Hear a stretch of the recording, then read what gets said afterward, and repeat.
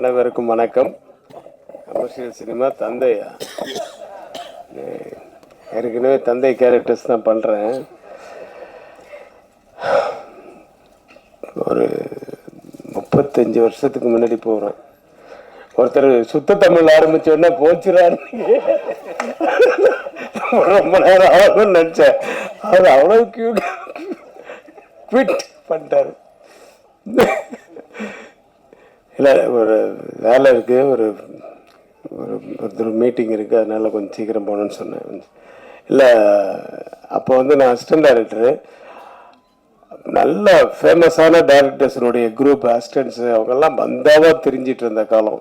இந்த நம்ம டிரைவன் உட்லண்ட்ஸுக்கு போனால் ஒரு சைடில் பாரதிராஜ் சார் யூனிட்டு, ஒரு சைடில் ஆர் சுந்தரராஜன் சார் யூனிட்டு, இந்த அனுமோகன் அவங்க, இந்த ராஜேந்திர குமார், பயங்கர, அதாவது அவங்கெல்லாம் சக்ஸஸ்ஃபுல் டைரக்டர்ஸுடைய அசிஸ்டன்ஸு. ஆமாம், இப்படி தான் காலர் தூக்கி போட்டு நம்மளாம் அந்த பக்கம் போனாவே மதிக்கவே மாட்டாங்க. நம்ம ஏதோ சின்ன சின்ன படங்கள்லாம் பண்ண அந்த படமாக ரிலீஸ் ஆகாது, அந்த மாதிரி ஸ்டேஜ். அப்போ இவங்ககிட்டலாம் வந்து போய் சான்ஸ் கேளுங்கன்னு சொல்லுவாங்க. எனக்கு வெக்கமாக இருக்குது, பார்க்க முடியாது, அதெல்லாம் முடியாது. ஏன்னா நான் ஃபிலிம்ஸ் எக்ஸ்போர்ட் பண்ணிவிட்டு அப்படியே அசிஸ்டன்ட் டைரக்டர் மாதிரி ஒரு இதில் இருந்தேன். அப்போது ரங்கராஜ் சாரோட அசிஸ்டண்ட் வந்து நான் நாகேஷ் சார்கிட்ட ஒரு படம் பண்ணும்போது இந்த எடிட்டிங் ரூமில் ரங்கராஜ் சார் பார்ப்பேன், ஆர் சுந்தரன் சார் பார்ப்பேன். அப்போ ரங்கராஜ் சார்கிட்ட இருந்தவர் தான் இ ராமதாஸ். அவர் நான் கூப்பிட்டேன். நாகேஷ் சார்கிட்ட ஒர்க் பண்ணும்போது பார்த்தீங்க, நல்லா ஒர்க் பண்ணுறேன், என்கிட்ட படம் நான் ஒரு படம் பண்ணுறேன் பண்ணுங்க அப்படின்ட்டு 1000 பூக்கள் மலர்கிட்ட போய் ஒர்க் பண்ணேன். அப்போ இருந்து ரங்கராஜ் சார்கிட்ட ஒர்க் பண்ணணும்னு ரொம்ப ஆசை. பட் நம்ம போய் கேட்க முடியாது. ஆனால் ஒரு தடவை வந்து எம்ஜிஆர் இறந்ததுக்கு அப்புறமா ஒரு படம் வந்து கோவி தம்பி சார் எடுக்கிறாரு. அது வந்து அவருடைய லைஃப் ஹிஸ்ட்ரியை கிட்ட நெருங்கின மாதிரி ஒரு சப்ஜெக்டு. அப்போ அது இமீடியட்டாக ஆரம்பிக்கிறேன்னு சொன்னோன்னா டக்குன்னு அசிஸ்டன்ஸ் எல்லாமே உடனே வேணும் அப்படின்னு சொல்லும்போது என்னை ராமதாஸ் சார் உள்ள தள்ளி விட்டார். நான் அவருடைய ரசிகனாக இருந்து நான் போய் அசிஸ்டன்ட் டைரக்டராக ஒர்க் பண்ணேன். நான் ஸ்ட்ரிக்டாக இருக்கிறேன்னு சொல்கிறாங்க, அவரெல்லாம் பயங்கர ஸ்ட்ரிக்ட்டு ஸ்பாட்டில். ஐயோ, ஒரு அவ்வளோ சும்மா இதுவாக இருக்கும், மிலிட்ரி மாதிரி இருக்கும். இப்போ எப்படின்னு தெரில, ரமேஷ் கண்ணா கேட்ட இப்போ அப்படி தானா? ஆமாம், அது பட் அப்படி தான் இருக்கணும்னு வச்சுக்கோங்க, அப்போ தான் வேலை நடக்கும். அதெல்லாம் நான் கொஞ்சம் கற்றுக்கிட்டதே அவர்கிட்ட தான். அப்புறம் அவர் உதயகீதம் வந்து உயிரே உனக்காக இதெல்லாம் வந்து பயங்கர ஹிட். அவர் நிறைய படங்களில் வந்து பெரிய ஹிட்டு, எல்லாம் இளையராஜா சாங்ஸு. அது உயிரே உனக்காகலாம் அந்த ஃப்ரேமிங்கு இதெல்லாம் அப்படியே சும்மா கண் கொள்ளா காட்சியாக இருக்கும். அந்த மாதிரி தான் இந்த சாங்கில் கூட நிறைய இப்போ காட்சிகள், நிறைய ஷார்ட்ஸ் வந்து ரொம்ப அற்புதமாக இருந்தது. சாங்ஸு நல்லா பண்ணியிருக்கீங்க மிஸ் சுந்தர் சார். இந்த வாழ்த்துறதுக்கு எனக்கு வயசு இல்லை. ரங்கராஜ் சாரை போய் நம்ம வாழ்த்த முடியுமா? நான் வந்து ஒரு ஸ்டூடெண்ட்டாக வந்தேன். ஒருத்தர் 8th ஸ்டாண்டர்ட் படிக்கும்போது வந்து பார்த்துட்ருக்காரு அப்படின்னு சொன்னாங்க. நான் கொஞ்சம் தள்ளி SSLC அப்போது அந்த நேரத்தில் இருந்து பார்த்துட்டு இருந்தேன். பட் நல்ல ஒரு அனுபவமாக இருந்தது. அவர் என்னை வந்து ஞாபகம் வச்சுட்டு நிறைய இதுவாக என்னை கூப்பிட்டது வந்து ரொம்ப பெருமையாக இருக்குது. Thanks for calling me sir.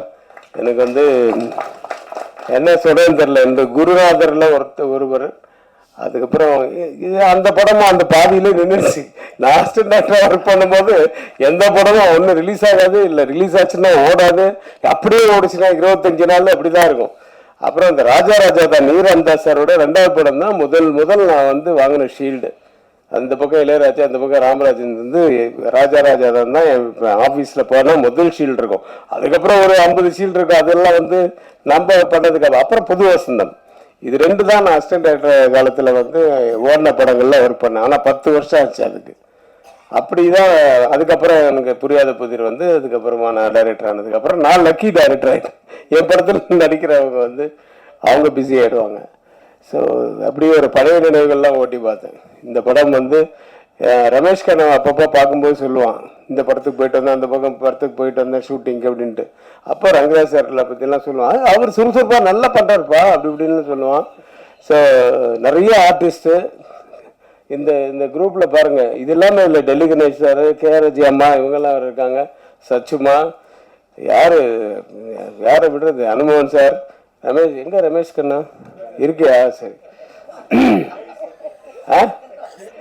Ladies மறைச்சிட்டாங்க. இதில் ஸ்ரீகாந்த் சார் ஹீரோ வந்து எனக்கு அப்படியே சும்மா சாமியாக இருக்குங்க சார். உங்களை பற்றி உட்கார உங்களை பற்றி அடிக்கடி இந்த வலைப்பேச்சு பார்ப்பேன் நான். உட்கார்ப்பா வலைப்பேச்சில் அந்தரன் சார் வந்து அடிக்கடி சொல்லுவார், நான் வந்து ஸ்ரீகாந்த்கிட்ட ஒர்க் பண்ணும்போது அப்படின்னு சொல்லி உங்களை பற்றி அப்பப்போ நினைவுபடுத்து. ஆமாம், நிறைய பாராட்டுவார். யா, he still loves you.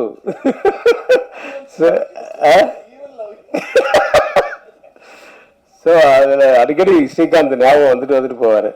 But நல்ல நடிகர், அவருக்கு நிறைய படங்கள் வரணும். இந்த படம் அது ஒரு பிள்ளையார் சுழியாக இருக்கட்டும், இதுக்கப்புறம் கண்டினியூஸாக அவர் பிஸியாக இருக்கணும்னு வேண்டிக்கிறேன். இந்த படமும் பாடல்கள் மட்டுமல்ல, படமும் மிகப்பெரிய வெற்றியடைய எல்லாம் வல்ல இறைவனை பிரார்த்தித்து நன்றி கூடி விடைபெறுகிறேன்.